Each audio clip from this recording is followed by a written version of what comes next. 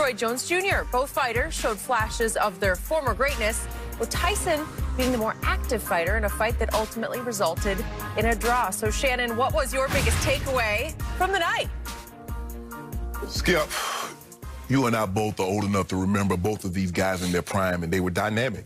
Roy Jones was, for a decade, was the best pound-for-pound fighter there were. He was. He took on all comers, and people don't realize Roy Jones, if he hadn't got disqualified on his 50th fight, he was 49-1. And then he came back and avenged that loss to Montel Griffith. He had beaten James Toney, a champion in his own right, not only in the super middleweight, but James Toney went up to the light heavy. He had mopped the floor in the mid-90s with Bernard Hopkins. He took on all comers, and he just wiped them away.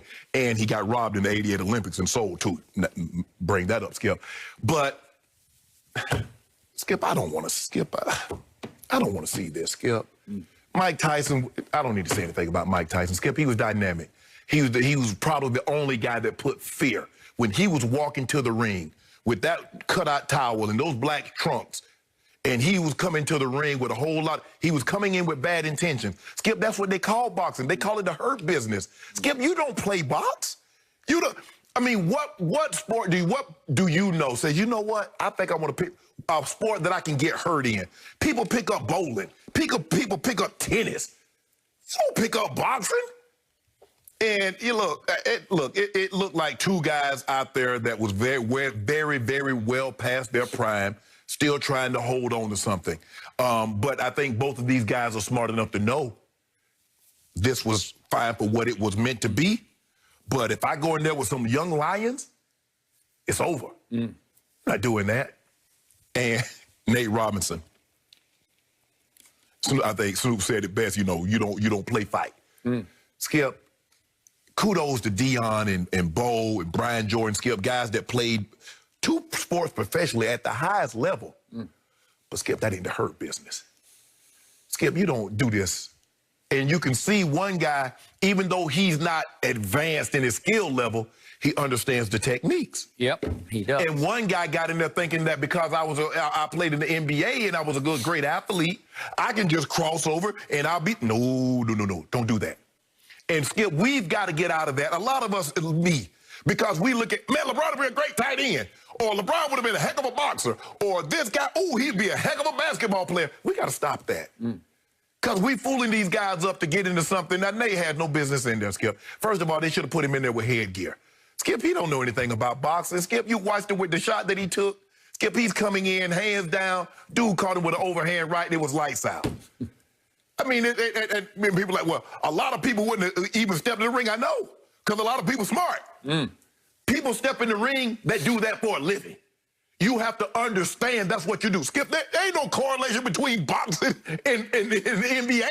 Do you realize people try to hurt you in that? Skip, I legitimately try to hurt somebody. That's what they do in the ring. That's what they do in MMA. They trying to hurt you. Come on, guys. Skip, look, I watched it for what it was, and I didn't expect anything. But Tyson and Roy, they look like old fighters, well past their prime. Hopefully, if they want to do exhibitions, but I don't know, Skip, how do you exhibition fight? You know, if you play flag, you can play flag football. You can play an all-star game, and you can play softball for baseball. But how do you simulate that? Mike Tyson was trying to end the fight. I don't know what Roy was thinking. Roy was just trying to survive. Mike Tyson was trying to land punches to try to get him up out of there. And you saw what happened. Jake Paul caught him with an overhand right. But first of all, once he went down the first time, you know, and that's just to show you, Skip, what a fighter. Most fighters, when you get hit like that, what do you try to do? You try to run, get your bearings back. But what did Nate do? Charge straight ahead, get caught again, lights out. Okay, I completely disagree with your take on Mike Tyson, but I will start with poor Nate Robinson because I agree times 10 with everything you just said about poor Nate Robinson. I used to be the biggest fan of Nate Robinson. My wife, Ernestine, that was her favorite player for years because he would just come in and light it up. And he was little, but he was sleek, and he was strong, and he was explosive. And he was absolutely fearless and won 3, as we know, 3 slam dunk contests. So here he shows up, and my first issue was he's been out of basketball a couple of years, and he is, to me, to my eye, completely let himself go because he's gained, I don't know, 15 or 20 pounds, and he doesn't look like Nate Robinson anymore because you know how hard it is to stay in shape after you start. Absolutely. You stay in great shape.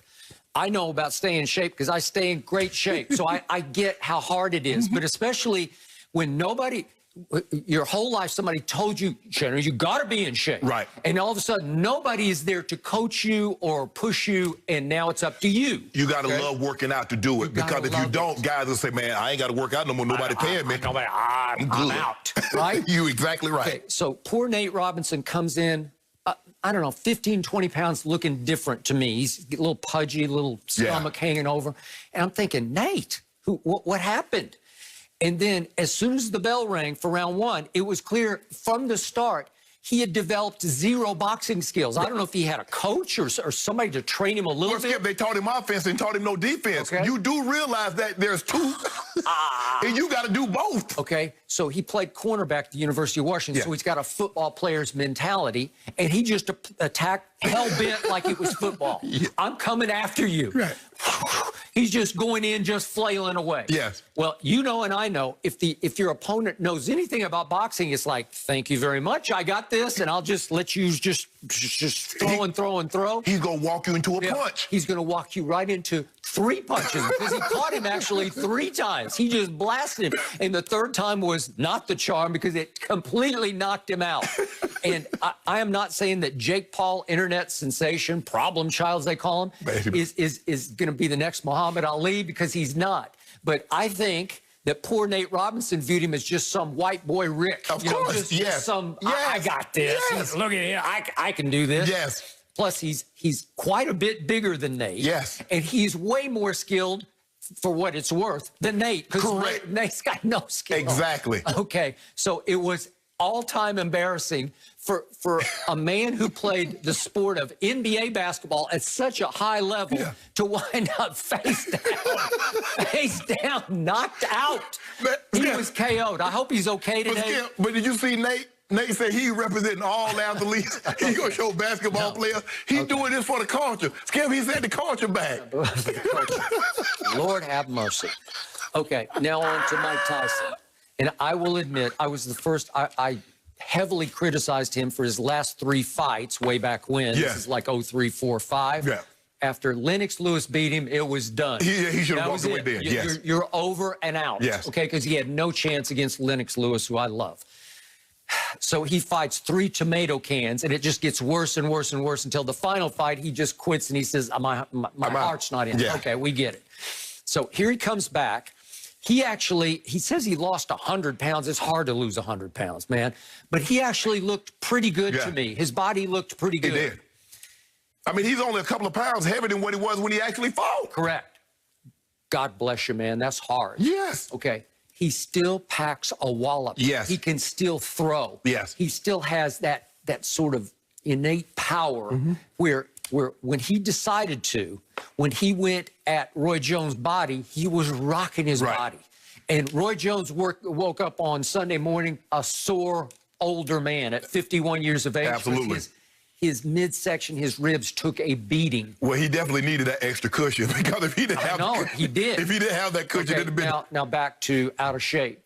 I was just embarrassed for Roy Jones because he was in pathetic shape to my eye. Skip, you got to realize Roy fought. He fought in the middleweight. So once he was super middleweight, 168, and then he went to light heavy 176, and he won the title from Weiss at 193. Skip, he was always in peak pristine condition.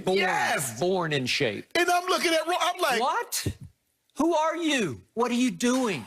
You had time. Can you not get back in a semblance of condition? But he did not. Well, if he said he'd been training, and that's the condition he got in for this, what did he look like before this? I don't know. I'm sorry, Brooks. That's Brooks' homeboy from Pensacola. I got and Emmett, all them went to school together. It's only 3 years ago he fought. Yes. That Roy Jones was still fighting at a competitive level, quote unquote competitive, right? It was clear to me from the start that Mike Tyson had made a deal with Roy Jones. I will not hit you in the face. Mike Tyson didn't aim a single punch at his jaw, his nose, his eyes. Right. He just said, I'm going to hit you down here. And I'm going to hit you hard, but you're going to be okay down here. Right. You will not be okay. If I hit you up there, you're going to go down and you're probably going to go out. Everybody knows that if you watch Mike Tyson fight, and I'm a Mike Tyson fan, I watch him, Mike Tyson did something very unique. He would always hit you to the body with the hook, and then he'd come up with the uppercut. He would bang, boom. boom. Not one time. It was just Remember, like body. He's only 5'9", right? So he can come from the floor all the way up and just rock you up and knock you off your feet. And he was like, sometimes he would throw that hook 3, 4, 5 times to the body, just repetition, just firing up shot after shot after shot. Skip, look. For what it was, sure. To see Mike Tyson, and for those that didn't see Mike Tyson, they'll never get an appreciation for who Mike Tyson was. Okay, I got it. But you know, Skip. Okay, but Roy Jones had only one chance to make it through 8 rounds, and that's just to make it a hug-a-thon. Yeah. That's all he did. Yeah. He just clinched. I don't blame him. Let's clinch. Let's dance. Let's dance. Try to do a little pot shot here and there. And he did one little leaping left. Yeah, he tried to throw he tried to Will Mahomes a no-look jack. Okay, just to make it look good. But in the end, where I disagree with you, I will not pay for another exhibition against some Roy Jones. But when it comes to Mike Tyson, I saw enough credible quickness left in his hands. I would pay to see him fight.